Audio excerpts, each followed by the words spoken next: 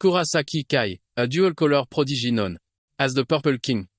In his shadow stands his older brother, our MC Ray, completely colorless and magically inert. Ray clings to hope as a porter in his brother's party until they confront a dungeon boss, Kronos, the god of time and space. With a wave of his hand, Kronos effortlessly annihilates the entire party, including Kai, cornered and facing certain death. Ray's desperation unlocks a sealed forbidden power, skill drain. In a final defiant act, he steals Kronos' own reality warping ability. Rewind, the surge of power fueled by panic and regret doesn't just rewind a moment, but sends himself through time. He awakens years in the past, armed with the stolen power of a god and a burning resolve. This time, he will master his own destiny. Ray is utterly shocked, and when he looks through the window, he realizes something more shocking. The inverted castle is still white, which was supposed to be pitch black. Apparently, the inverted castle was pure white until 7 years ago, but it gradually started. And when it turned completely dark, the door that unleashed Kronos opened. Suddenly, it dawns on him that he actually stole the rewind ability from Kronos to send himself back to the past. He picks up his phone to confirm the exact date, and he realizes that he has gone back 7 years. Curious, Ray opens his status window to see his skill list, and shockingly, the rewind skill is gone, but the ability skill drain still remains. Even though the rewind is gone, Ray is still happy with what he has left because for 10 years, all he wanted was just a single skill. And since he has the skill drain, he feels fulfilled. Just then, the reminder on his phone comes on, reminding him that the very day is the mage exam. Ray then heads to the Mage Association HQ that oversees the affairs of mages and dungeon conquest. He steps into the seemingly new headquarters, and before he can even get a breath of fresh air, he hears some dude call him colorless from behind. He turns around to see that the dudes are Goto and Oink, and they are both his brother's subordinates. They were also the ones who died in Kronos' room. Goto and O make fun of Ray for coming to the headquarters to take the mage exam yet again. They tell him that his efforts are basically pointless, because no matter how many times he takes the test, he will always remain colorless. In truth, this is not the first time that Ray has taken the mage exam. But he kept taking the exam over and over again because he refused to give up. Not ready to play around with them, he slaps their hands away, telling them to leave him. Momentarily, he finds himself in the examiner's office where he meets the examiner, Hinata Raina, a B-rank mag. Even Hinata is tired of seeing her, and she tells him that he will eventually get himself killed if he continues trying. Ray assures Hinata that this time around would be different from the other times. Hinata has no choice but to accompany Ray to the exam venue, and since he has taken the exam loads of times, he needs no explanation. Apparently, he is to collect 3 mana stones from goblins to pass the exam, for those who have awakened a skill. This is usually no difficult task, but Ray has always been struggling with it. It turns out that a shocking event also happened that very same. A terrifying monster appeared in the level 1 dungeon, which is not as supposed to be there. Just as Ray was expecting, the said monster showed up in the distance, looking all menacing. The monster turns out to be a red cap goblin, which is a level 37 monster. Hinata is shocked when she sees this, leaving her to question why something so dangerous is present in the dungeon. Hinata whips out her sword, telling Ray to run so she can protect him. However, Ray knows that the level difference is just overwhelming. Before he regressed, Hinata lost against the monster because she was fighting to make sure that Ray could get to safety. Hinata got so beaten up that she was forced to retire as a mage. Ray blamed himself because Hinata's career as a mage was completely trash because of his incompetence. However, this time around, Ray is prepared to switch things around. Ray pulls his short sword, and as the monster dashes toward him, he throws the short sword at it. Apparently, the monster has a skill that enhances its physical abilities, and just as Ray expected, the monster easily deflects the sword. The monster continues its advance toward Ray, and Ray punches it hard on the head. This pisses off the monster, and just as it is about to punish Ray for his Stupidity, Ray's power steals the body. Enhancement skill from the monster, ultimately improving Ray's physical. The goblin stands in shock, wondering why it feels so powerless and useless. While it is still trying to piece things together, Ray easily cuts the monster in half from the head down. Hinata is stunned when she realizes that Ray just defeated a red cap with just a single strike. Ray, on the other hand, is amazed by his ability, the skill drain, because of how impressive it is. He is lost in happiness when Hinata jeers him back to reality, asking him how he was able to defeat the monster. Realizing that it might be bad for him to say he has black skills, Ray tells Hinata that it was nothing more than a coincidence. Hinata is screaming at Ray to stop lying when she realizes that the exam is supposed to be cancelled because an abnormal monster has just appeared in the dungeon. Hinata tells Ray that the event has to be reported to the headquarters. Ray is worried about himself, and he reminds Hinata that he still has 2 more mana stones to collect. But Hinata screams at him, telling him that he is in the wrong situation to be thinking about monostones, because it is dangerous. Just as fate would have it, 2 regular goblins appear in the distance and Ray quickly takes them down by slicing their heads off. This further shocks Hinata, leaving her mouth open. Ray then picks up the moons that the goblins dropped, asking the lady if he is allowed to take them. Hinata is just too stunned to answer his question, and momentarily, they return to the headquarters. Not long after this, Hinata shows up with Ray's mage license. He has been officially given the mage status, and he is placed in C rank. Ray picks up the license and lets off a little smile, because it took him just long enough to reach where he currently is. Hinata also shows him the details regarding the exchange of monos that he apparently, monosones are a valuable energy source that doesn't emit CO2. In addition to being an energy source, it can be sold to the association. Ray believes that defeating the red cap monster, which is a rank, he will give him decent pay. He checks out in the payment details, and he almost screams out in shock because of the enormous amount there for defeating the goblins. He is getting 1,000, but the red cap alone gives him 3 million. Hinata urges him not to lose his mind yet because he defeated the red cap. Ray is still surprised because he never knew that mages earn a lot of money, and Hinata tells him that he can even get more. This makes him curious, and he asks Hinata about the dungeons. After his discussion with Hinata, Ray heads to a C-rank dungeon that has been reserved for him. Ray is left in awe because in the past he could not enter a dungeon as solo. However, with his new power, he is convinced that he can change the future. Just as he is about to step into the dungeon, he is suddenly grabbed by a skill known as Manahan, turns around in frustration, and to his surprise, he is being held down by Goto. And Oink and Guto make fun of him for trying to enter a dungeon solo, telling him that it is against the rules. With a scornful face, Ray tells the two that he is allowed because he has passed the mage examination. The two are surprised to hear this, and they assume that he is a chronic liar. Goto then walks up to Ray and pushes his head down with the mana hand, telling him to show his skills if he has truly awakened. Apparently, the mana hand is a skill that compresses mana itself into physical property, even with the extreme body enhancement. Ray realizes that he can't actually break free. However, he is not one to give up under tough situations, and he angrily headbutts God. Guto stumbles backward, and at the same Mamoshir, because he now possesses the mana hand.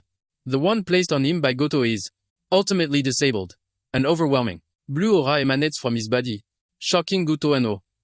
Ray wastes no time, putting the mana hand into use by grabbing Guto with it, forcing him to admit that Ray is truly unawakened. O. He refuses to give Ray his flowers and decides to attack him with a fireball. Ray activates the enhancement skill and uses it to cut down the fire attack. Shocking O. Is trying to fathom what just happened when Ray reaches him with a blow that sends him across the room. Goto is shocked to see that Ray can also use body enhancement. And while rising in pain, O asks Ray if he is now a dual-colored mage. Ray simply says no, and just then his drain skill also steals O's fireball, basically adding one more color to his skill list. OX. Joe almost drops when he sees this, because he has never seen or heard of a Mage with 3 colors. Iri shows him how dangerous he is by shooting a fireball at him, causing him to almost piss his pants. Rai then asks them if they are still willing to fight. But the two stare at each other in fear before running off with their tail between their legs. After they are gone, Rai figures out that Kai won't be happy if he later finds out about what just happened. Basically, he was Kai's lap dog, and if he learns that Rai has awakened his skill, he will definitely show up to crush him. Kai has already reached an impressive level 50, making him one of the strongest mages in the modern era. In addition to Kai, Ri figures out that he has to be worried about the scary dungeon that will open soon enough to prepare himself for future problems. Rai knows that he has to raise his level as much as he can, and he steps into the dungeon. Apparently, level is the foundation of strength, and leveling up lets a mage to learn new skills that increase one's total mana pool. This also increases the amount of mana that a mage can control. At once, Rai is strolling in the dungeon when he is suddenly ambushed by a level 38 flame wizard. Surrounding the wizard are several fireballs, leaving Rai terrified. Because he can only manage to create one fireball, the wizard is able to do this thanks to the enormous difference in levels. The wizard hurls his fireballs at Rai. And even though he is able to block just one, Rai is forced to change positions to dodge the other fireballs. Rai figures out that he can't defeat the monster head-on. But there is one thing that doesn't change. This is the fact that after using a skill, there is always an opening, and Rai doesn't waste this opportunity as he dashes toward the wizard at great speed. Even though the opening is just 2 seconds, the wizard becomes totally powerless in that moment. Rai is able to punch the wizard so hard that he is sent flying, while also stealing his fireball skill. In the process, the wizard finds himself on his arse. And when he tries to unleash his attack, he realizes that he has become powerless. Rai then gives him a taste of his own medicine by hurling 5 fireballs at him, overwhelming him with a huge firepower that completely destroys him. Once the wizard is killed, Rai is hit with notification telling him that he has leveled up. He realized that defeating higher level monsters gives a ton of experience points, even though it is quite difficult to take on higher ranked monsters. Rai figures out that the skill drain ability gives him an edge. Rai checks his status window to see that he has climbed up to level 12. With this, Rai sets a standard of level 30 for himself. He starts cutting through the dungeon, annihilating monsters left and right. In no time, Rai reaches level 27, but he realizes that he is already slowing down because leveling up is getting tougher. Rai figures out that to reach level 30, he would have to defeat higher level opponent. Rai then heads to the deepest part of the dungeon where he finds the boss room. Rai is glad to have found this since it is the perfect thing he needs. Rai flings the door open, and he steps into the room, he finds 2 and level 30 EMPs and a level 45 skull. Rai is cautious the moment he sees to this, but he figures out that stealing their technique will help him gain the edge.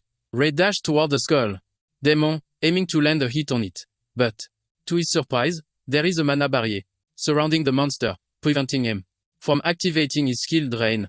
The skull demon makes things harder by charging towards Rai, almost ripping his head off. But he manages to dodge it with a sudden burst of energy from the monster. Rai figures out that he have to do something pretty useful to defeat the monster. Since he doesn't have the power to drain the skull demon. Yet, he goes after the imps. He cuts down one of the imps, stealing the ice needle skill from it before turning it into barbecue with a fireball. The other imp watches his friend turn into fire decoration, but is too scared to make a move. Now in possession of the ice needle, Rai turns his attention to the skull demon and hits with the ice needle attack, ultimately crushing his mana barrier. However, the defeated imp is immediately resumed thanks to the skull demon's power. Even though it is extra stress for Rai, he is not complaining, because defeating the imps will give him experience points, and it is just what he takes down the imp again, granting him another level upgrade.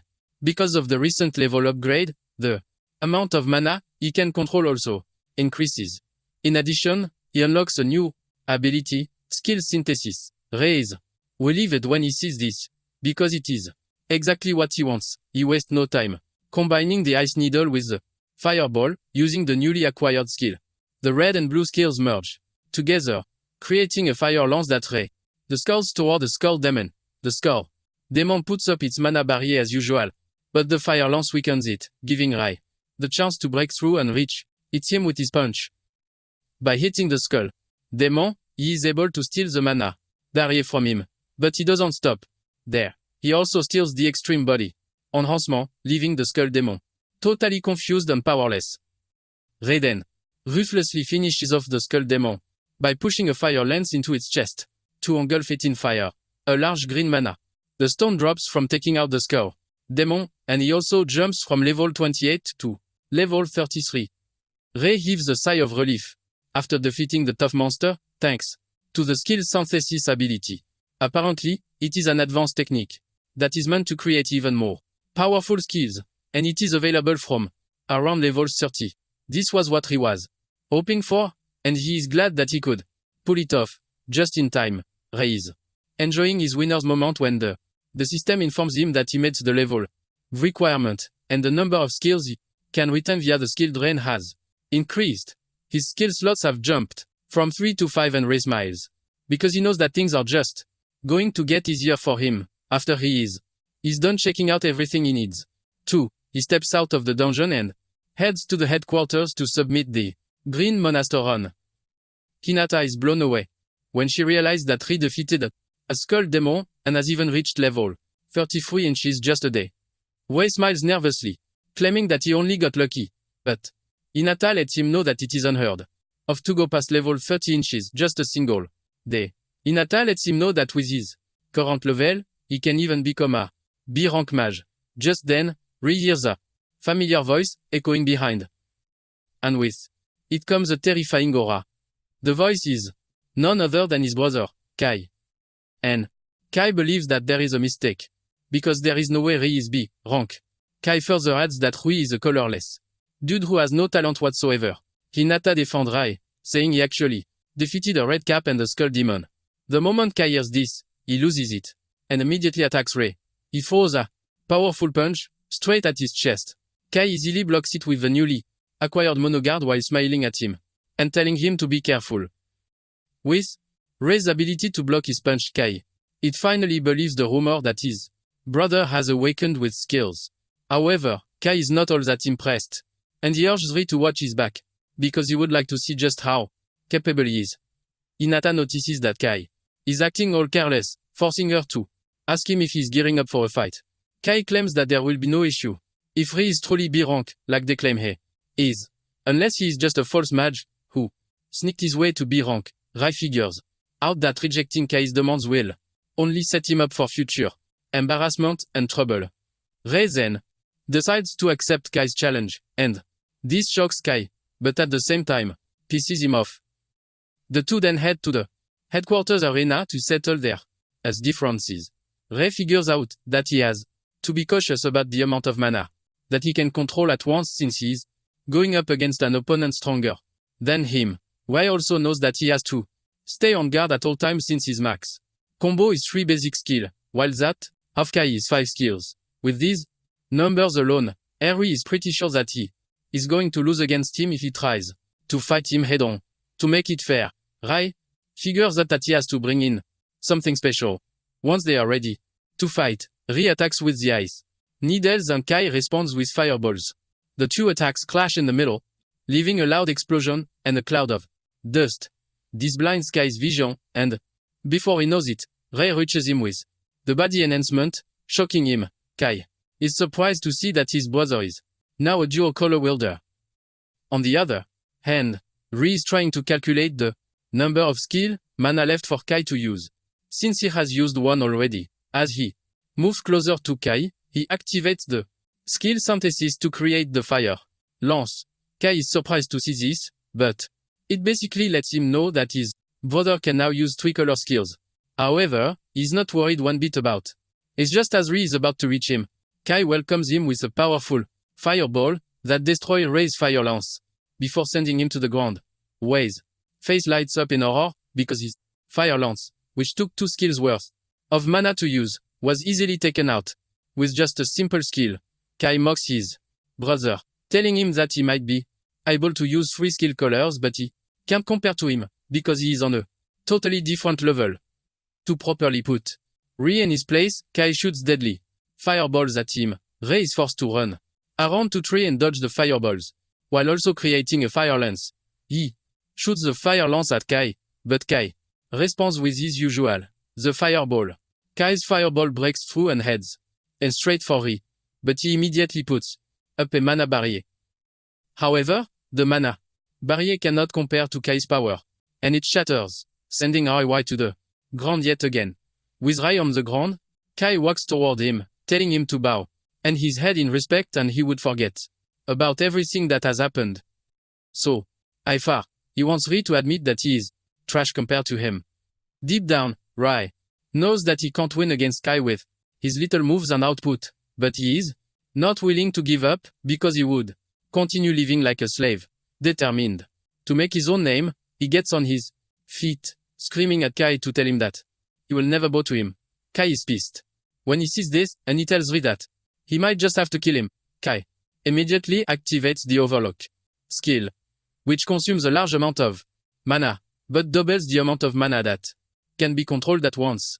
With the Overlock in place, Kai is able to conjure several fireballs, and he confidently tells Ri that he is about to witness the power of a king. A 10 combo attack. Rei is gripped with fear when he sees this, because he recognizes the power, since it is Kai's ultimate move. Basically, he is one person who can use a considerable amount of mana when compared to those on his level. However, this is something Rei has been betting on and has been expecting Kai to use. Rei leaps toward Kai, and Kai makes fun of him, asking him if he thinks he can dodge his attack midair. Ri finds himself contending against a bunch of fireballs, but he activates the mana hand, shocking Kai, because he wasn't expecting another skill. Ri knows that no matter how powerful Kai is, he is bound by a cooldown. He manages to dodge the fireballs and he reaches Kai just in time. Kai is on his cooldown period when Rei reaches him and he punches him in the face. Rei's punch is so heavy that it sends Kai across the arena, and by punching him, Rei also manages to steal his Overlock skill. Rei is pleased with the outcome since he is able to steal the Overlock skill too. Rei believes that he has won the fight, but Kai gets back on his feet with a disfigured face, threatening to kill Rei. Just then, Kai pulls out the Demon Lance skill, shocking Rei, since it wasn't expecting Kai to have learned the Quash skill yet. Apparently, it is Kai's greatest skill, which makes it completely dangerous. Ri watches as the lance comes straight at him, but before it can hit, Ri manages to get out of the Ri is forced to admit that the speed of the lance is something else. Ri finally realizes that he was only able to land a hit on Kai because he was being careless. But things have changed. Now that Kai has gotten really serious, Rei finds himself running around the arena because the strength level between him and Kai has skyrocketed. Even with the destruction he has caused to the arena, Kai is nowhere near done. Ri tries to fight back with his fire lance, but Kai overpowers his skill with the Demon Lance. The wave from the explosion sends Ri straight into the wall, and he screams as he hits the wall. Kai makes fun of him, saying, "This is exactly why he is called the Purple King." Ri has no choice but to admit that Kai is actually right, because his Demon Lance is one of the strongest. Kai stands above Rei yet again, telling him not to get cocky, just because he can use several skills. Rei admits that he is no match for Kai in his current state, but it suddenly dawns on him that the game is going to change if he can find the potential of the purple skill. Before the fight, the limit to his synthesis is 2 colors, but Ri totally changes the game up by activating the Overlock skill. Kai is shocked when he sees his brother tap into the Overlock skill, as if it is nothing. Because of the Overlock, his mana capacity automatically increases, and he unlocks the skill synthesis. Rei smiles when he figures out that he has hit the jackpot, but Kai is worried because he doesn't know what sinister plan that he is cooking up. Just then, Ri does something that no one has ever done before, and this is combining 3 colors together. Rei adds the red skill to the blue skill and tops it all up with the yellow skill, ultimately turning it into black mana, leaving Kai's mouth agape. Basically, the mana colors available are red, yellow, and blue. Rei has always been told that he doesn't have an affinity for these three colors, but unknown to them, they are all wrong. Rei is a totally different and rare breed because he is a dark mage, unheard of in the history of mages. With the combination of the three colors, Rei creates the abyss flame that looks really deadly. Fear grips Kai and he frantically launches a demon lance at Rei, screaming at him to stay away. Rei spots the lance and throws the abyss fireball at it, crushing it in an instant. Once the demon lance is out of the way, Rei runs toward Kai as he prepares another ball of fire. Kai is unwilling to give up and he summons another giant demon lance in preparation for Kai's attack. Kai launches demon lance and Rei meets it halfway with the fireball. Rei's fireball overwhelms and consumes the demon lance, leaving a big explosion that knocks Kai out. Rei, you cannot believe his eyes as he falls to the ground in amazement that he has finally defeated Kai. The system notification pops on telling him that he has acquired the Abyss Flame, all thanks to the skill synthesis. Moments later, Hinata walks up to Rei in complete shock, asking him what type of skill he just used. Rei is already worried about this because he knows that he can't keep hiding his skill and strength forever. Rei acts like a cool dude and showcases his skill, saying it appears to be it sends a wave of shock through Hinata's body since Rei is the first black skill user. Rei then asks if he is obligated to report the nature of his skill to the association, because he would like to keep it the secret between them. Hinata is surprised to hear this, and she tells Rei that he is missing an opportunity. Rei wonders what opportunity he might be missing, and Hinata reminds him that the strongest mage in each color is always given the title of a king, which basically means he is the Black King since there is no one else. Rei gives it a deep thought, and even though the offer is tempting, he tells Hinata that he doesn't want it at the time. Rei knows he is still weak, which doesn't fit a king. Just then, he remembers that his brother is still passed out in the arena, and he asks Hinata if he will be okay. Hinata lets him know that Kai is one of the kings, and he is sure to recover soon even though he is critically injured. Nonetheless, Hinata plans to take him to the medical room. Suddenly, they get an emergency notification on the phone, and when he checks it, he realizes that a dungeon has appeared in the western entrance of Ikabukuro Park, and the recommended mage level to enter is 70.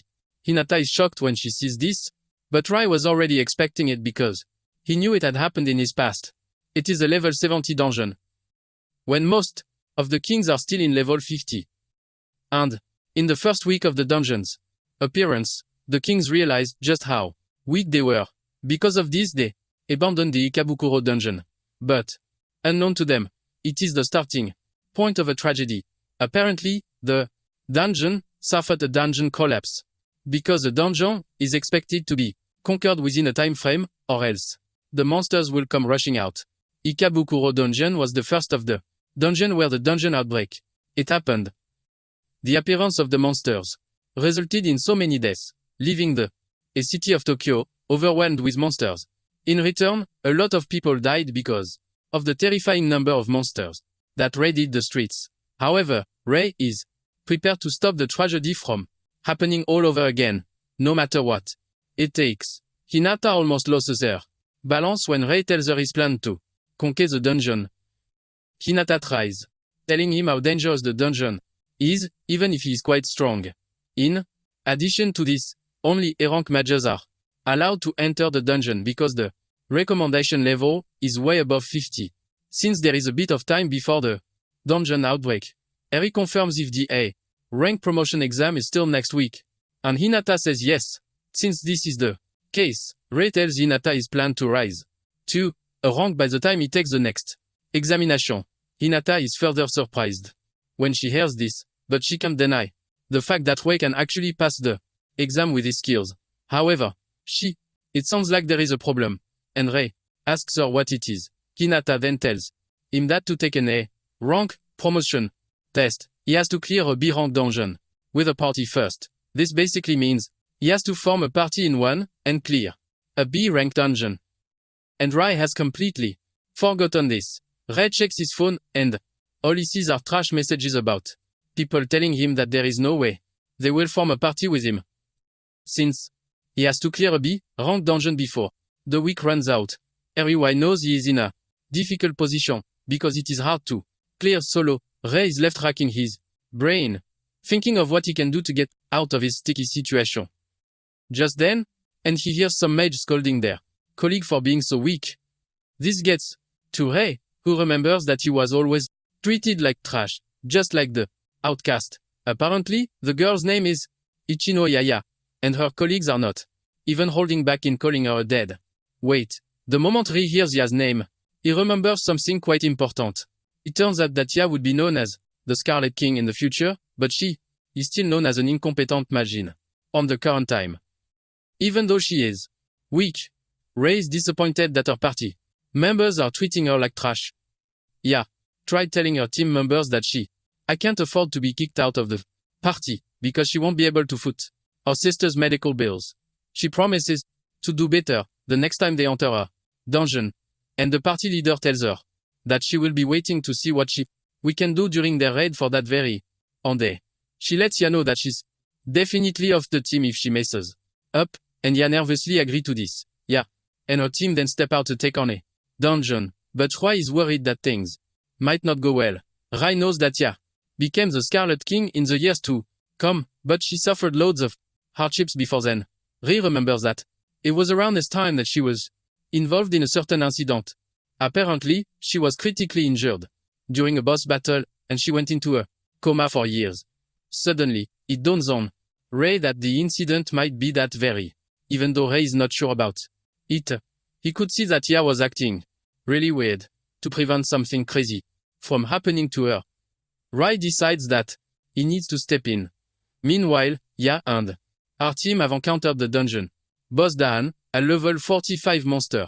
Suddenly, the party leader does something extremely crazy, and she pushes Ya into the monster's range, so she can use her as bait. She tells Ya to fight the monster all by herself, and Ya tries reminding her that she can't win against the monster alone.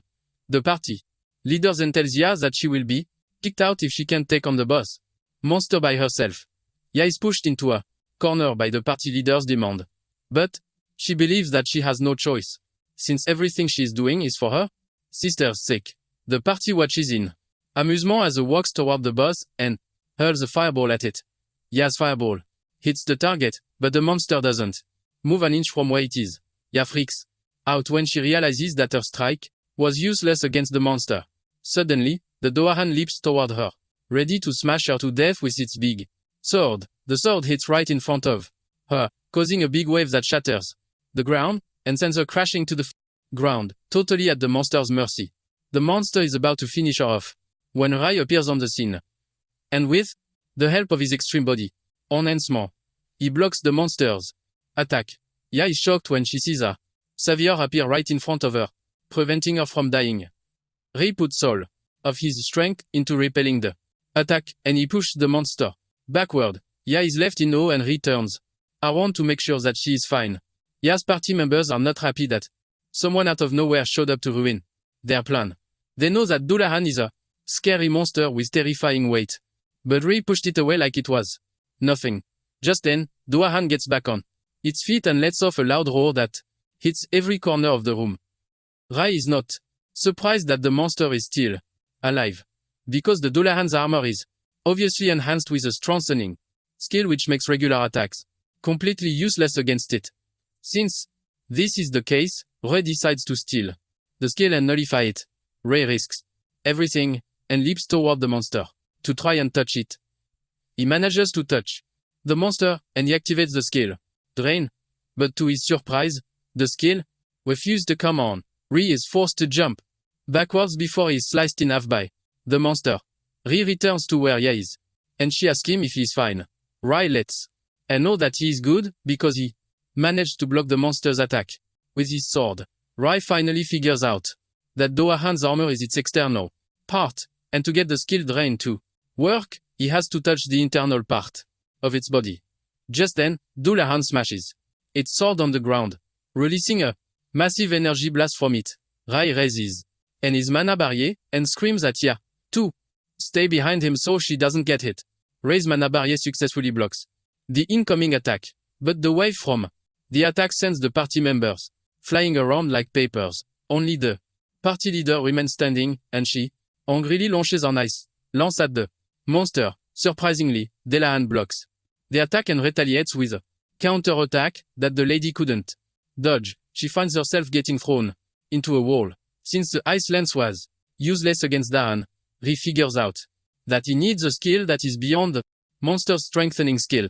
Rai resorts to using his Abyss Flame, and he wastes no time cooking up a black fireball, shocking Ya. Rai hurls the black flame directly at the monster, and Dahan also sends its energy wave in Rai's way.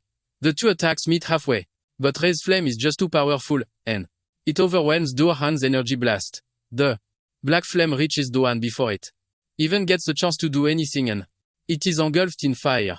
Rai restricts the monster's movements with the Mona Hand to make sure that the black flame does its job. This is enough to burn through whatever armor strengthening skills that Dullahan has, and it crumbles to dust from the overwhelming power of the black flame. With the Dullahan dead, it drops a large green Mona Stone. But Ya is more concerned about the amazing power that Rai possesses. She is completely impressed with how he was able to take down the monster with just one hit, and she nervously thanks Rai for saving her life.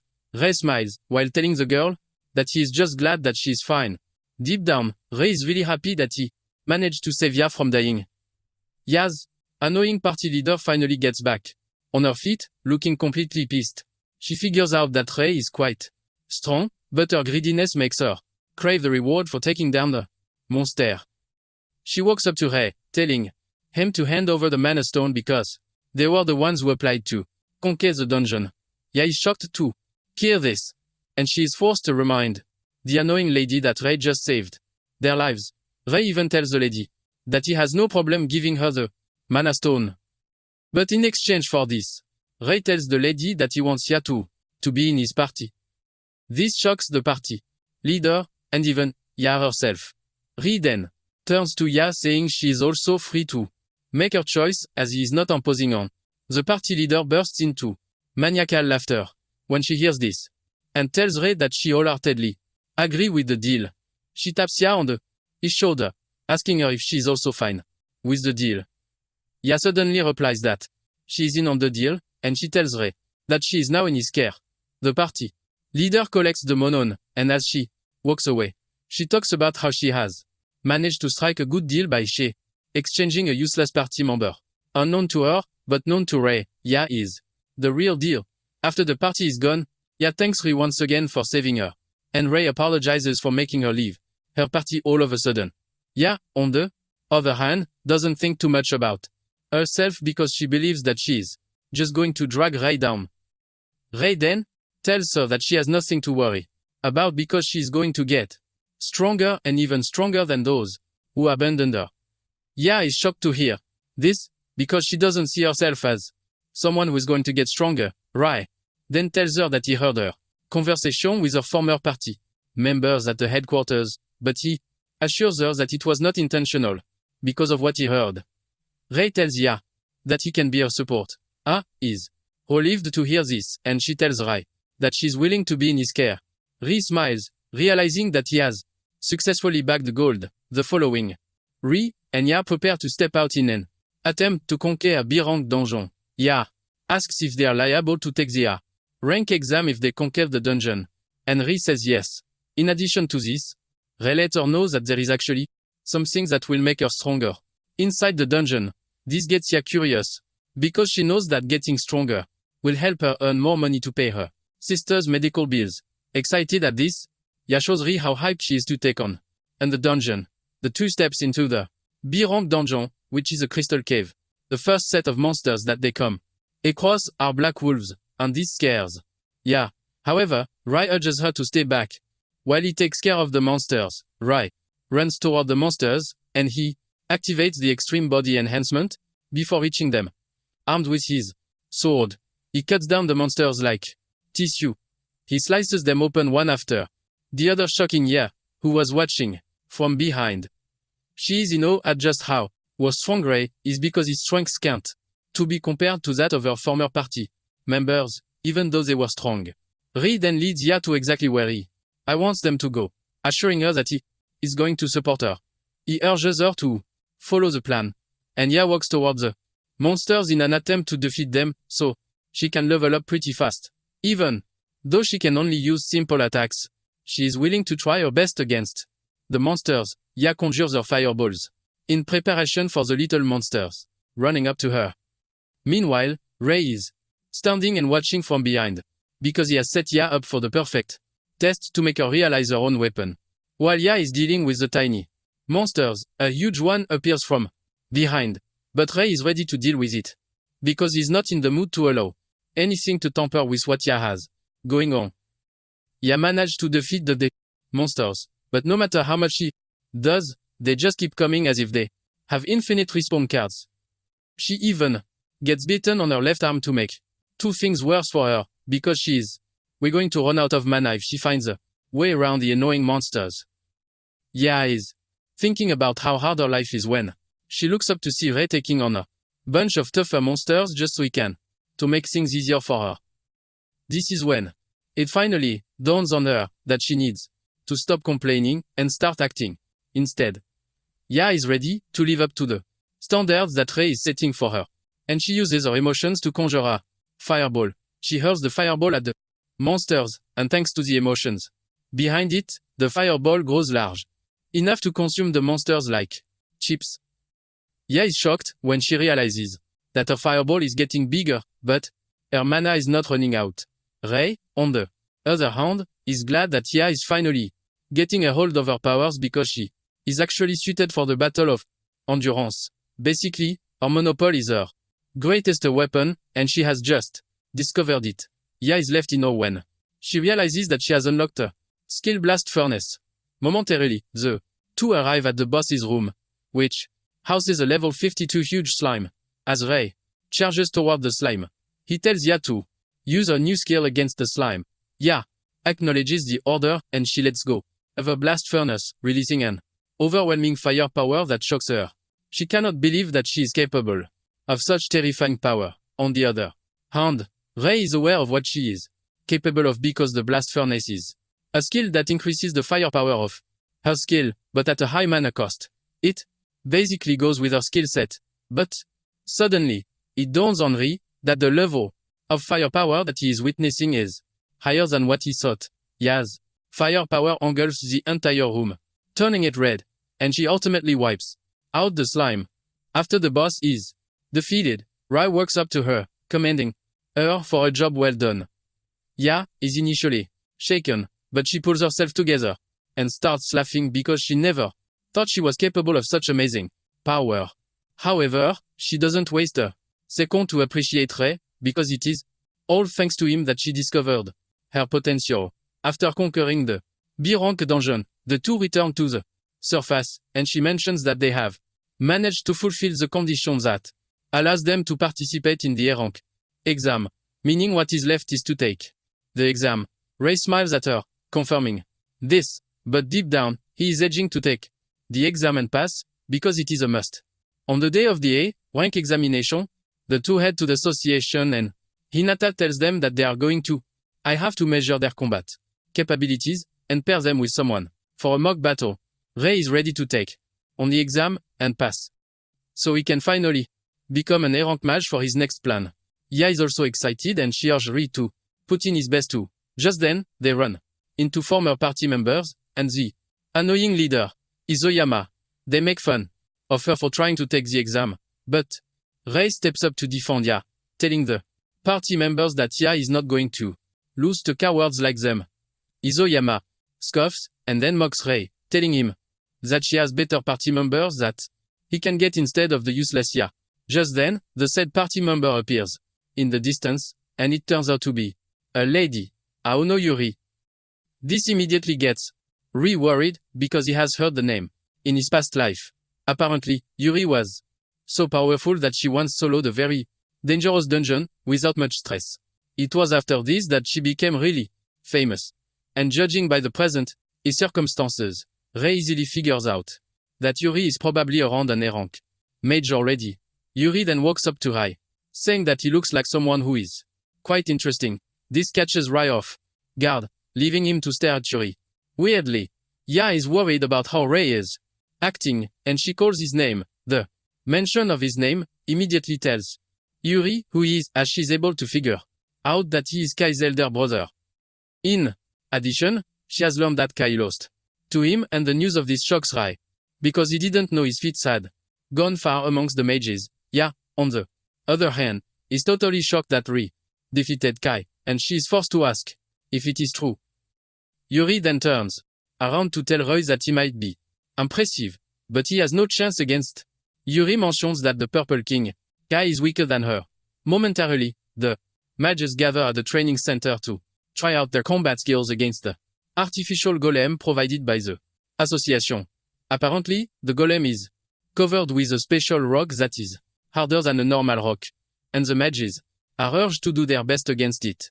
Ray is the first person to be called forward to try out his strengths against the golem. He stands in front of the golem and conjures a fireball, but the mages present start laughing at him for trying to use a fire element against a metal element golem. As he dashes toward the golem, Ray is pretty sure that the fire element will be totally useless against the golem, but just before he reaches the golem, he combines the fire attack with the ice shard to create the fire lance. Ray shoots the fire lance at the golem, and it shatters the golem's head, leaving a cloud of smoke in its own wake. The supervisor checks out the golem, and the moment he gets no response, he confirms that the golem has been defeated. The mages who were mocking Ray before started murmuring in awe because they never expected Ray to take down the golem with just a single. Yuri, on the other hand, is impressed with the way Ray infused the two elements together to create an even powerful element. Ray smiles because he is obviously proud of how he handled the entire situation. For Ya, she undergoes to the manipul measurement test, and she is required to hold a crystal ball with her hands to get the accurate measurement. Just as she is about to touch the crystal ball, her former party members are already mocking her, saying she should be ashamed that she came to take to the exam. However, everyone in the room is left reeling in their pants when the device displays are overwhelming firepower. Isayama cannot believe this, and she assumes that Ya is most definitely cheating. Once they are done with the other prerequisites, the examiner tells the mages that the mock battles are the last thing on the list. For the first match of the mock battle, A is pitted against her nemesis, Isayama. Ya stays calm as she is about to take on the lady, but Isayama can't wait to fight Ya, so she can expose her for who she really is. The battle begins, and Isayama launches a bunch of ice needles at Ya, but she easily shatters everything with a giant fireball that blows shards of ice everywhere, almost blinding the caster herself. Isayama is shocked when she sees this, because she never expected Ya to have such an overwhelming firepower skill. Isayama is startled, but Ya has not even started. Ya creates another fireball, and she hurls it at Isayama. Isayama senses the terrifying power behind the fireball and immediately puts up a mana barrier, hoping that this would save her. Before, in the attack hits, she's already mocking Ya for being a fool because her attack plan is quite simple. She plans to block Ya's attack before launching counterattack to get her off. Suddenly, she realizes something crazy, and this is the fact that Ya's attack is not stopping anytime soon. A continues, launching a series of fireballs at Isayama and her mana barrier. And, because of the consecutive attacks, the mana barrier breaks apart, exposing Isayama's fear behind it. Isayama turns to her usual cowardice move, but as she runs away, she is hit by one of the resulting rubbles from Ya's fireball attack. Isayama gets hit in the back of, and as she crashes to the ground, every fiber of her existence refuses to believe that Ya has surpassed her in strength. She crashes to the, and the examiner stops the battle, declaring Ya the winner. Ya's face lights up in excitement, and as she returns to the stands, Ri commends her for a job well done. Ya smiles, saying, She can't believe that she won. But she wishes Ri good luck in his battle against Yuri. Yuri remains calm as she tells Ri to step into the arena for their battle. As they step into the ring, Yuri asks Ri if there is any particular reason as to why he is taking the examination. Ri stays mute, and Yuri says she can see that he is more prepared compared to the other participants. Ray then replies that he has something that he needs to do, no matter what, which is why he can't allow Yuri to stop him. Yuri smiles when she hears this, and she lets off an overwhelming aura, reminding Ri that she is pretty strong. Ri assures her that he is aware of this, but he is confident that he is going to win. Yuri is impressed by his confidence, and to put the talks to aside, she suggests that they do battle instead. Yuri starts with the attacks first, and she launches the series of mono blades at Ray. Ray whips out his sword to try and block the blades, but he struggles. Apparently, Yuri uses a skill called mana conversion that allows the user to manipulate their mana freely. Just then, Yuri surprises Ray with a powerful and overwhelming attack that almost crushes him, but he manages to get out of the way in time. Yuri smiles evilly, saying Ray is lucky to have dodged the attack, but Yuri is tired of staying on the defensive, and he decides to go on the offense instead. He runs toward her, but Yuri is not. I'm going to allow him to get to her just easily. She hurls some long-range attacks at him, but he blocks them using his mana barrier. Ray then dashes toward, and he swings his sword really hard in an attempt to decapitate her, but she jumps backwards while she is still in the air. Ray tries to finish her off with his fire lance, but Yuri uses the mana conversion skill to create a shield to protect herself. Her shield is able to hold off against Ray's powerful lance attack, but she admits that he tried his best. Ray, on the other hand, is worried because her defense appears to be totally flawless. Without a doubt, Ray, you can see that she's absolutely strong. Yuri then makes the next move by launching several long-range beams at Ray, forcing him to run around the arena in an attempt to dodge. Ray admits that Yuri's attacks are troublesome, and Yuri, on the other hand, mocks him, saying he has no chance if he thinks we can run around to win. Ray then turns toward her, and she locks on him with her attacks, believing that it is over for him. However, Ray has something else. Just as the attacks are about to hit him, he activates his physical enhancement and cuts down everything that Yuri throws at him, shocking her. However, she's not done with Ray just yet. Yuri admits that it is her first time seeing someone who can wield 3 colors. However, she shocks him, saying she can also use body enhancement too. She activates the skill, and then conjures a scythe using her primary skill. Suddenly, she vanishes right in front of Ray, and by the time she reappears, she is behind him. Ray almost can lose his head, but manages to turn just in time to block the attack. Ray is thrown backward from the overwhelming attack, and with just how fast Yuri is, Ray soon finds himself on the defensive again as Yuri hunts him down. Ray cannot believe the amount of overwhelming power that the girl possesses, and because of this, he decides to go to extremes. He allows Yuri to get close, and he grabs her hand, but Yuri mocks him for this, believing that there is nothing to make of it. Suddenly, she realizes that something is wrong with her, and she knows it. Ray has stolen her body enhancement skill. She starts stumbling backwards with the realization that her power is leaving her. With no way to defend herself, Ray gets the perfect opening to land a perfect hit straight into her chest. Yuri coughs up in pain as she falls to the ground. She cannot believe that Ray was actually hiding his true power all the while. With Yuri on the ground and unable to fight back, Ray is declared the winner of the duel. Later on, Yuri wakes up in the hospital to see Ray and Nya standing beside her. The two are happy to see her back to life, and she admits that he lost the fight. She tells Ray that it wasn't expecting him to be strong the way he is. Yuri then asks him why he has come to visit her. With a humble voice and stance, Ray bows his head, asking Yuri if she would mind joining his party. Yuri is shocked when she hears this, and Ray lets her know that after reassessing the battle, she also got promoted to a rank.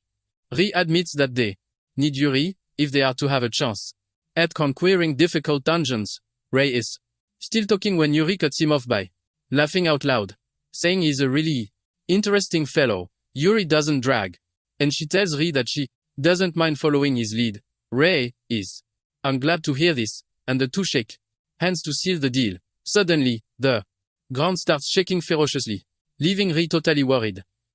He wonders what could be happening, and unknown to him, Kronos is actually trying to break off from where he is imprisoned, and all he needs is just a bit more strength to pull it off. When the shaking stopped, Ray remembered that in his past life, a lot of earthquakes similar to this had happened before the Ikabukuro dungeon later collapsed. Ray figures out that they are reaching the time limit for the dungeon break already. Even though the dungeon is pretty difficult to take on, Ray doesn't think they have a choice in this point in time. Just then, he tells all the two girls he's planned to conquer the dungeon, and this scares the crap out of to them. They remind him that the dungeon is the most difficult in the region, which makes it even more dangerous for and the three of them. Yuri then asks him if he's suggesting that they conquer the dungeon because of the earthquake that happened, and Ray confesses that he has a bad feeling about it. Ray says that there are several reports concerning abnormal monsters, and he wants to believe that it is a prerequisite to something more dangerous. Yuri doesn't really care about whatever Ray says, as long as she follows his lead. Realizing that Yuri is on board, Ya also assures Ray of her. Ray is glad to hear this, and he thanks them for the support. The next, Ray and his party submit a request to conquer the Ikabukuro dungeon to Hinata. Their request is approved, and the trio heads to the dungeon entrance. Being the insane person she is, Yuri is super excited to take on the dungeon. Ya mentions that it would have been better if they had enough numbers to help with, but Ray says this is impossible since the association is limited to the number of a rank mage that they can deploy. He then says it would have been nice if a certain person called Oawa were with them. Before the regression, Okawa was known to be one of the best in Japan. Ray fears that Kronos will appear again if the dungeon break happens, and he is determined to make sure that it doesn't. Before entering, the girls urge Ray to get formalities out of the way and call them by their regular names. To waste no further time, he agrees to this, and the trio steps into the dungeon afterward. Upon entering, the first monster they come across is a level 71 skull demon. Ray is shocked to see this since the monster is a boss in other low-level dungeons, but it is already showing up at the entrance of the dungeon. Without fear, the trio charges toward the skull demon, and it immediately puts up a mana barrier. Ray figures out that getting the mana barrier out of the way is the first thing to do, and he shoots a fire lance at the barrier. However, a single hit from the fire lance appears to be too weak to destroy the barrier. And Yuri then unleash their combined efforts to take down the barrier, giving Ray the open chance to run toward it and slice it in half. As usual, defeating the skull demon provides them with a big Raymond recommends the ladies for their impeccable timing in taking down the barrier. Yuri then finally summons the courage to ask Ray how it is that he is able to use so many skills. Ray takes a minute, but he finally answers, revealing that he has an ability called Skill Drain.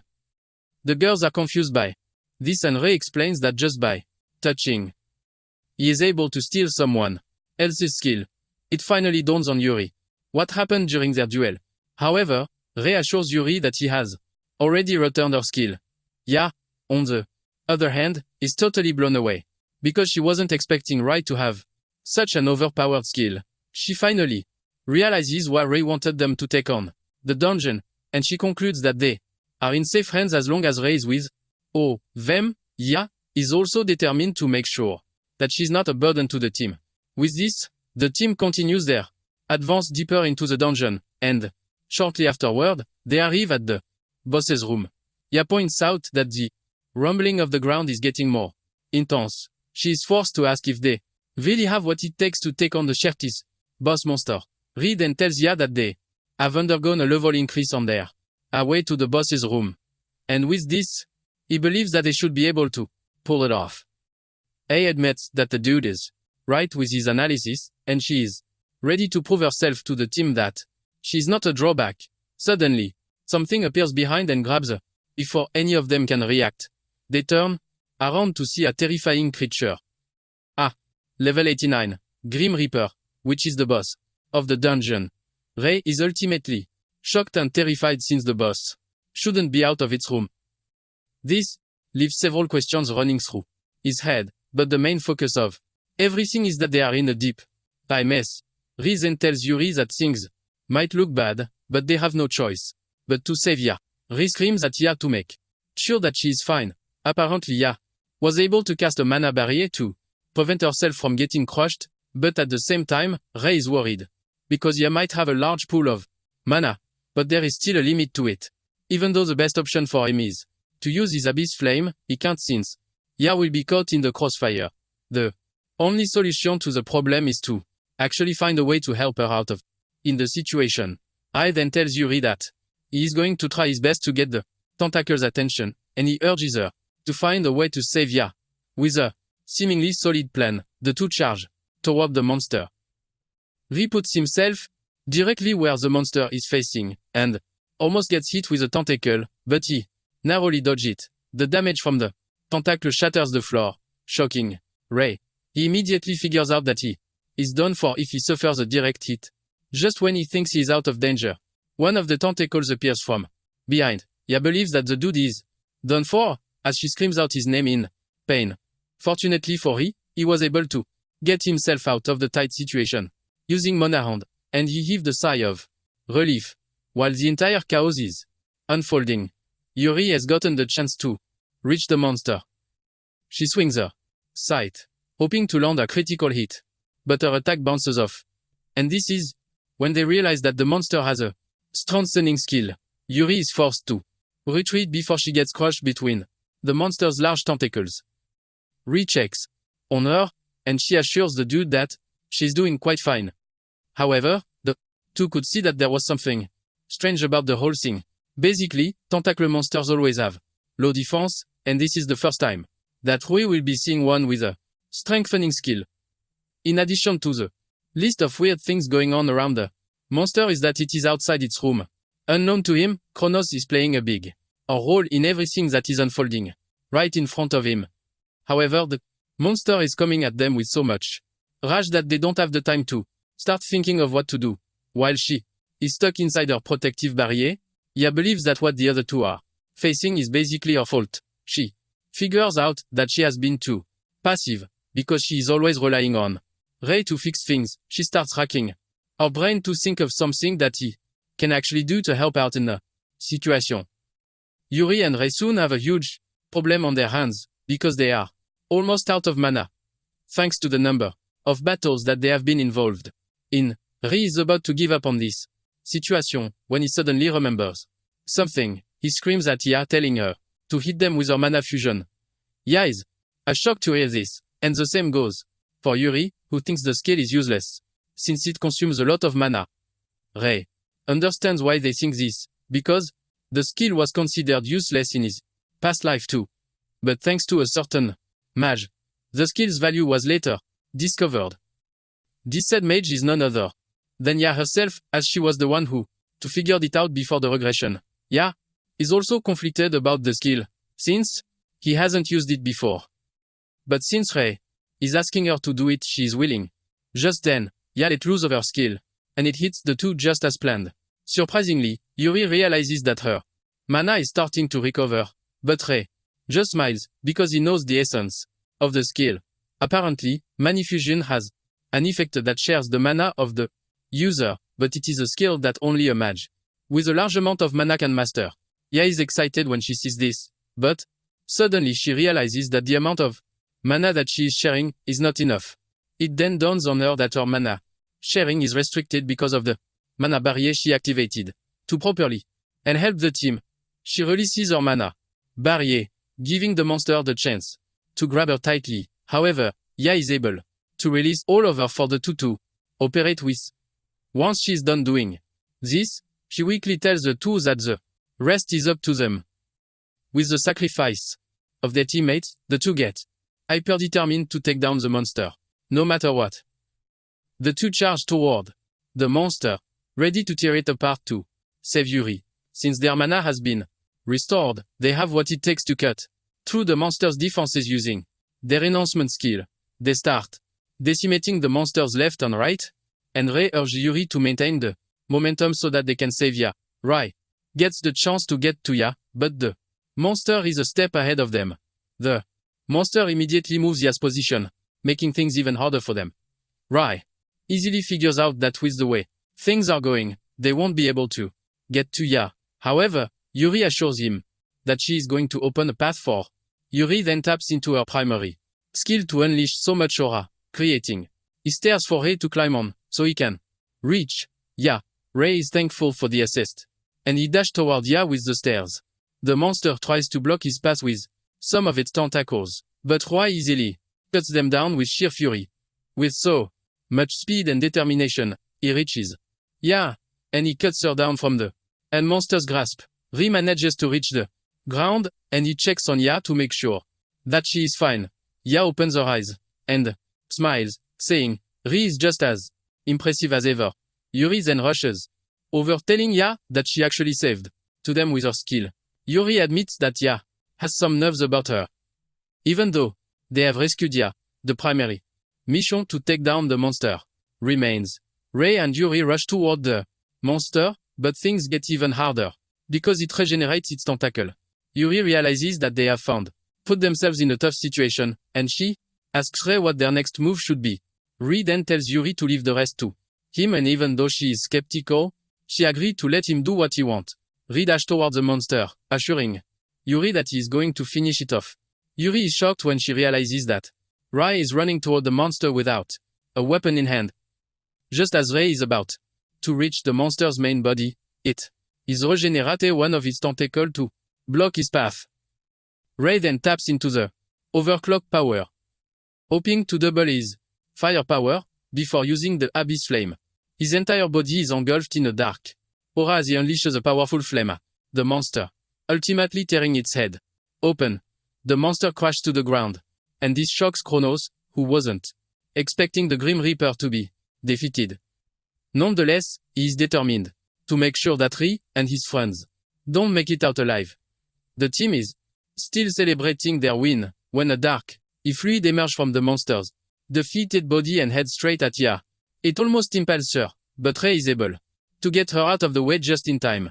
Rei realizes that the fluid is getting more powerful, and he screams at the girls to make a run for it. As they run toward the exit, Aiwa is hoping that they don't die since they have managed to stop the dungeon from collapsing. Just as they are about to reach the exit, the fluid gets the edge over them. The trio is about to be swallowed up when a golden shield covers them, and a stern voice tells them to step aside. The team turns around to check out their savior, who is none other than the powerful Oawa Hikaru. The girls are shocked when Oawa introduces himself, because Rei had mentioned his name before they entered the dungeon. Rei admits that he is the same guy whom he wanted help from. Basically, Okawa is stronger than them, all because he is currently an S-rank mage. In addition to this, he was known as the Yellow King before Rei's regression. Rei knows that they would have been toast if Oawa had not arrived just in time to shield them with his barrier magic. Oawa winks at them, saying he's glad that he made it just in time to save them. Oawa mentioned that he was in another dungeon, which was a request from the country. However, he was contacted by someone who is none other than Hinata. Oawa then shocks Rei by telling him that he knows him since he is Kai's brother. Okawa assures Rei that he has nothing to worry about, because he was merely interested in him. Rei is relieved to hear this, and he finally thanks Oyawa for the assist. Okawa doesn't take it as something really serious, and he tells Rei that he actually did something impressive too, have defeated the boss of the dungeon. Just then, the mana stone from defeating the monster drops, and Oawa is shocked at how big the stone is. Okawa figures out that the dungeon boss is pretty strong, and he throws the mana stone to Rei, who barely grabs it before it falls off. Okawa congratulates Rei, saying he's looking forward to more from him. After saying this, Oyawa steps out of the dungeon and the team follows suit. When they enter the association building, Yuri mentions that Oawa is an interesting fellow, and Rei agrees with Hinata is shocked when she sees the team coming, and she starts screaming, asking if they are okay. Hinata has been worried about the team since they were taking too long in the dungeon. Hinata the scolds Rei for heading straight into the dungeon after submitting his application form, even though the dungeon is more dangerous than the others. Hinata then asks them about the progress of the dungeon, expecting that they would still be at the entrance level. Hinata and her fellow attendant almost have a brain seizure when Rei mentions that they have conquered the entire dungeon. They can't believe their eyes and ears, causing them to scream like maniacs. The information about the Ikabukuro dungeon being conquered soon starts flying around. Guilds start running around to try to reach the person who conquered the dungeon. When addressing the press, Ya says she finally has enough money to cover her sister's medical bills, and in addition, she thanks Rui for the great opportunity. Isoyama and her party members are totally salty when they see this, but Isoyama still wants to believe that Ya is cheating. The same thing applies to Kai, who is utterly pissed about Rei being the one who conquered the dungeon. The news about Rei conquering the dungeon spread everywhere, especially since he was known as colorless before. Group chats went wild with friends calling each other out, suggesting that they all apologize for trash-talking Rei. While everyone is talking about how impressive Rei is, he's thinking about how he is. I'm going to get stronger since he was able to conquer the dungeon, thanks to the help he got from others. 3 days later, Rei heads to the association because Hinata summoned him, claiming that there is something he needs to hear. Rei and the girls are shocked when Hinata tells them that they have received a request to conquer a certain dungeon. Ya can't. I believe this because they just became a rank mages. And Hinata says this is possible thanks to their recent achievement. Basically, dungeon explorations are usually requested by mages themselves, but being offered a verbal request is something the association only allows to a certain number of mages. A smiles, telling Rei that everyone is counting on him, but Rei disagrees, saying the entire party is needed. Rei then asks Hinata who made the request, but she tells Rei that she can't answer because the higher-ups told her to keep it a secret. As expected, Yuri wants them to accept the mission, just because it sounds fun. Rei is obliged to accept, since it was made via the association, so it shouldn't be anything suspicious. Just then, Hinata mentions that an S-rank mage will be accompanying them on the mission. The following day, the party heads to the location where they are to meet the said S-rank mage. Ya is curious to see who the person will turn out to be. Momentarily, they run into the person, and to their greatest surprise, it is Okawa. As they step into the dungeon, Rei mentions that he never thought Okawa would be the one to escort them. And Oawa smiles, saying he already knew, but I wanted to keep it a surprise. Oawa then mentions that he is looking forward to the mission, because the whole world is also watching them. Ya is blown away by how carefree Oawa is, and Rei agrees with her, but reminds her that the dude is still an S-rank mage even at that. Rei then asks Oawa if it is true that there is a tricky mechanism inside the dungeon, and Oawa says yes. Apparently the scout team came back with a report that there was a wall of fire blocking the path. Rei is curious about this, and he asks how they are supposed to deal with it. Makawa then reminds them that he has his barrier skill, and as long as he is with them the firewall means nothing. Rei notices that the dude is overconfident, and he wonders if he thinks the dungeon will be easy. As if Oawa can hear his thoughts, he tells Rei that he will see how cool he is once he sees him in action, because he will be the one carrying the entire team. Suddenly, a wave of monsters appears on the scene, and Rei tells his team to get ready too. He is also interested in seeing how strong an S-rank mage really is. Suddenly, he spots Oawa sitting in the corner with fear written all over his. Oawa tells the trio to handle the monsters because he is not quite familiar with the type of monsters that they are currently going up against. A reminds Oawa of what he said about being and the main man, but Rei just tells his team to face the monster and forget about the coward. The trio takes their stance, and they start hurling out long range attacks at the incoming monsters. Yuri confidently goes after the monsters, saying that they are nothing compared to the monsters that they fought in the past. Ya and Yuri take out the majority of the monsters, and Rei finishes off the rest with his fire lance. Okiawa is blown away when he sees this, and after the monsters have been defeated, Ya excitedly celebrates with Rei. Owawa finally stands up from where he was hiding, claiming that he hates bugs and he is thankful that they saved his life. Suddenly, some wolves appear from behind and charge toward Owawa, but he gets serious and pins them down in a square box, ultimately killing them off pretty easily. Rei and his team, you are shocked when they see this, and Rei asks Okiawa what sort of skill he just used. Okiawa mentions that the skill is called the square box and it is one of his barrier skills. However, the skill can't be used against a large foe. Rei is completely amazed because he has heard of it before, but this is the first time he will be witnessing it. Once the monsters are taken care of, Okawa suggests that they keep moving. As Rei walks behind him, he is completely in awe of Okawa, because he is an embodiment of what an strong should look. Momentarily, they arrive at the Sion wall of fire, and it is just as the report said.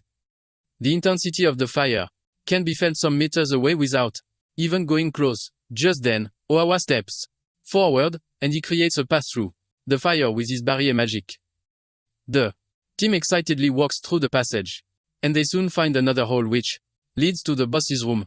Since they are all ready, Rei suggests that they move into the boss's chambers. Deep down, Owawa is waiting to see what Rei is capable of because he wants to know if he is a fraud or he is the real deal.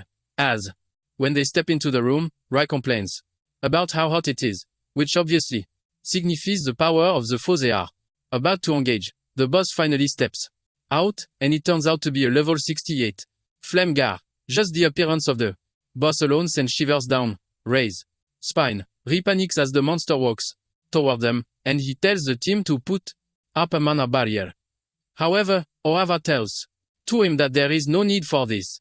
The monster unleashes its flame breath on them, but Owawa easily blocks it using his barrier magic.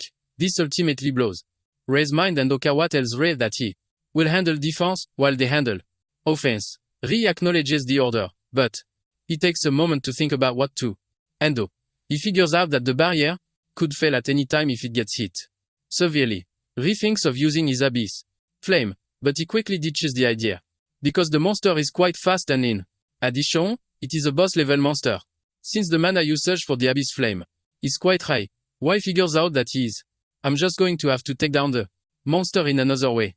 Rei then leads the charge while telling Yuri and Ei to find a gap to attack.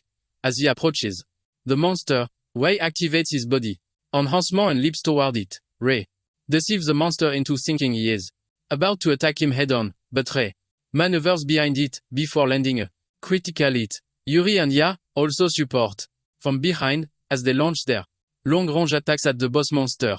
Even with the combined attack, the monster remains mobile, and this just confirms Rei's fear that the monster is quite strong. Rei figures out that they are going to be at a disadvantage if the battle continues longer than expected. Rei is already sweating from the intense heat, and he realizes that defeating the monster quickly is paramount. Meanwhile, Owawa is watching from behind, waiting to see what Rei is going to do, since he has found himself in such a dire situation. Just then, Rei tells Yuri and Ya to start directing their attacks toward the monster's feet instead of its body. Yuri and Ya gladly accept his plan, and they immediately send their attacks to the monster's feet. Ya even it takes it a step further by hitting the monster with a skill called Stone Bullet. This forces the monster to start jumping around. But Rei figures out that no matter how agile it is, there is no way it will be able to dodge attacks in the air. Rei leaps toward the monster, and just as he is about to get to the monster, he covers his blade in ice, leaving Owawa in awe. With the monster unable to move freely in the air, Rei lands a critical hit that sends it crashing to the ground, totally defeating it. The girls rush over to him, as usual, to congratulate him, but he tells them that it is all thanks to Owawa is impressed with the teamwork that he just saw, and he concludes that Rei is just as the report said. However, Owawa can see that Rei is still hiding his true power.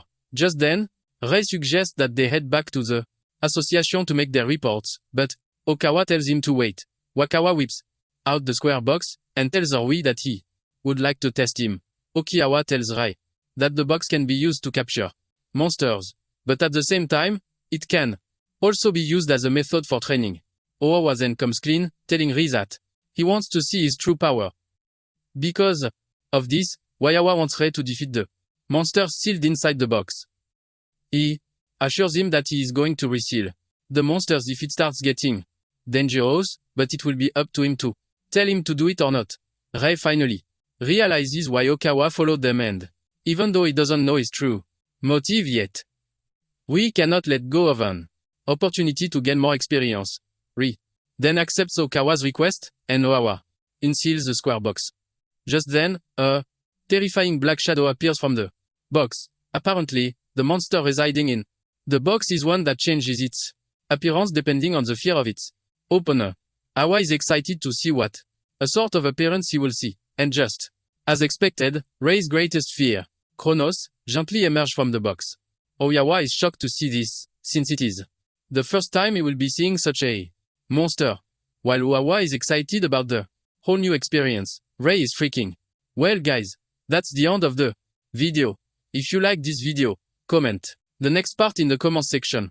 Also, subscribe to the channel, hit the bell, and like the video. Thank you for watching, and see you next time.